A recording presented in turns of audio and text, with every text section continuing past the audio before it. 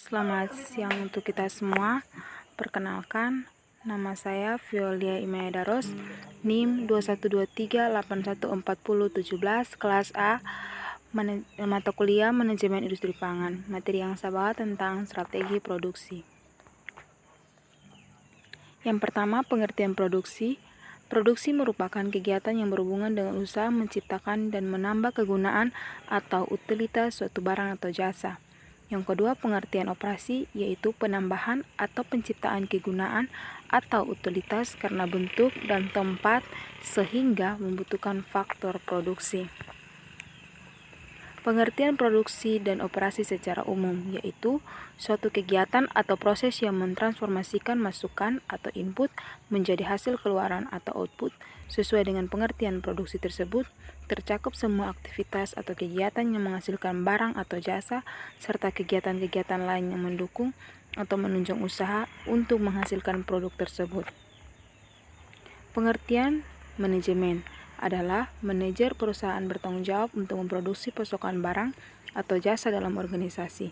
Manajer organisasi membuat keputusan mengenai fungsi operasi dan sistem transformasi yang digunakan. Manajemen organisasi adalah studi tentang pengambilan keputusan dalam operasi fungsi. Terdapat 3 hal yang disimpulkan. Yang pertama, fungsi, yaitu bertanggung jawab mengelola fungsi organisasi yang menghasilkan barang dan jasa.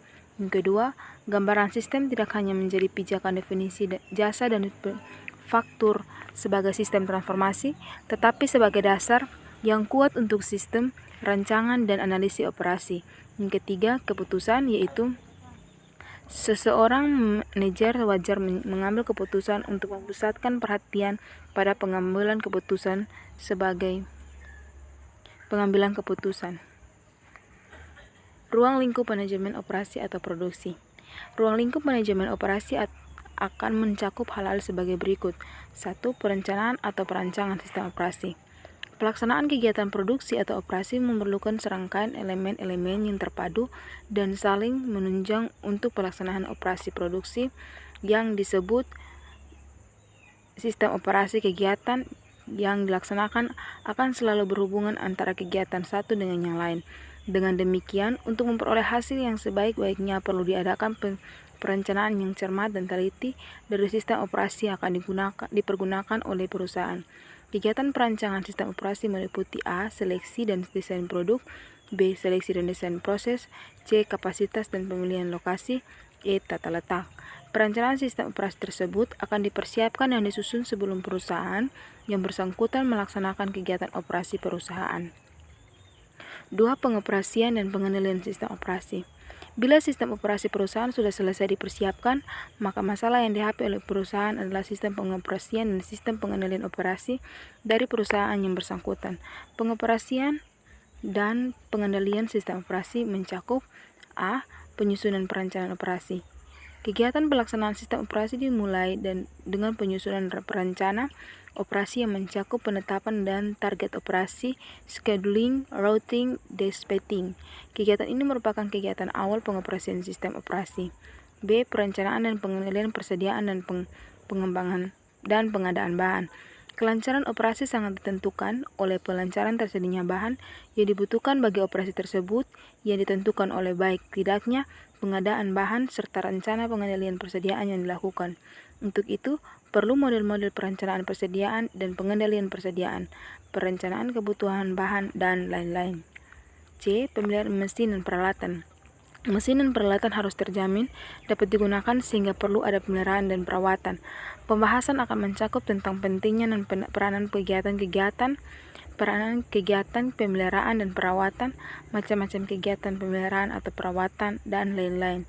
Pengendalian mutu. D. Pengendalian mutu.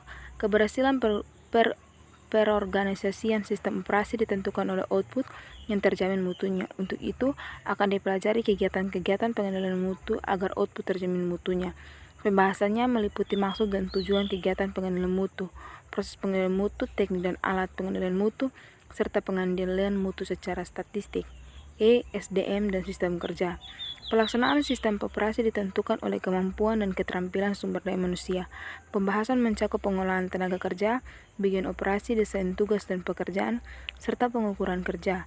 Ruang lingkup bahasan dan manajemen operasi hanya mencakup bahasan tentang perencanaan atau desain dari sistem operasi. Fungsi operasi dalam organisasi. 3 fungsi operasi dalam organisasi.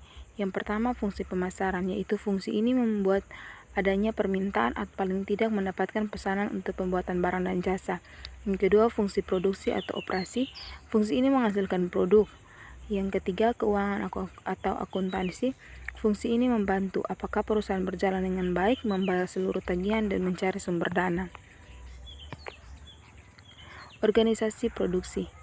Pengorganisasian merupakan salah satu proses manajemen yang menjamin orang-orang, fungsi-fungsi, dan faktor-faktor fisik yang dapat bekerja sama untuk membentuk satuan yang dapat diawasi dan dipimpin untuk mencapai tujuan atau komarudin. Sementara itu, organisasi merupakan suatu kesatuan atau entiti sosial yang dikoordinasikan secara sadar dan dengan sebuah batasan yang relatif dan diidentifikasi, bekerja atas dasar yang relatif terus-menerus dan untuk mencapai tujuan bersama atau sekelompok tujuan. Kegiatan fungsional pengoperasian bisnis adalah 1. Menetapkan kegiatan khusus yang diperlukan untuk mencapai sasaran produksi yang direncanakan. 2.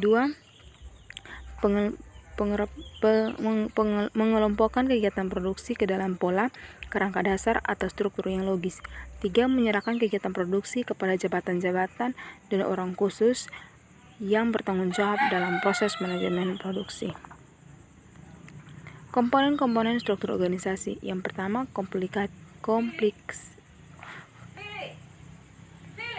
Mama. 2. Formalitas. Tingkat sejauh mana sebuah organisasi menyadarkan dirinya kepada peraturan atau produser untuk mengatur perilaku daripada pegawainya. 3. Sentralisasi. Mempertimbangkan di mana letak dari sebuah pengambilan keputusan.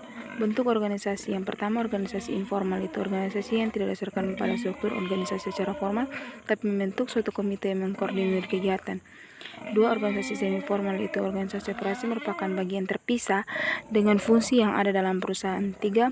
Organisasi formal dapat diperhatikan dalam satu bagan organisasi yang mengidentifikasi pembagian kerja manajemen dan bawahan, jenis pekerjaan yang dilakukan, pengelompokan pekerjaan, serta tingkat manajemen. Sistem produksi. Pada masa lalu, pengertian produksi yang dikaitkan dengan unit usaha fabrikasi, yaitu yang menghasilkan barang-barang nyata seperti mobil, perabot, semen, dan sebagainya. Namun, pengertian produksi pada saat ini menjadi semakin meluas. Produksi seringkali diartikan sebagai aktivitas yang ditujukan untuk meningkatkan nilai masuk atau input menjadi keluaran atau output. Dengan demikian, maka kegiatan usaha jasa seperti dijumpai pada perusahaan angkutan, asuransi, bank, pos, telekomunikasi, dan sebagainya menjalankan juga kegiatan produksi secara skematis. Sistem produksi dapat berikut adalah bagannya, yaitu melalui material, manusia, modal, dan energi menuju proses transformasi yang menghasilkan barang dan jasa. Material, modal, manusia, modal, dan energi merupakan input, barang dan jasa merupakan output. Terima kasih.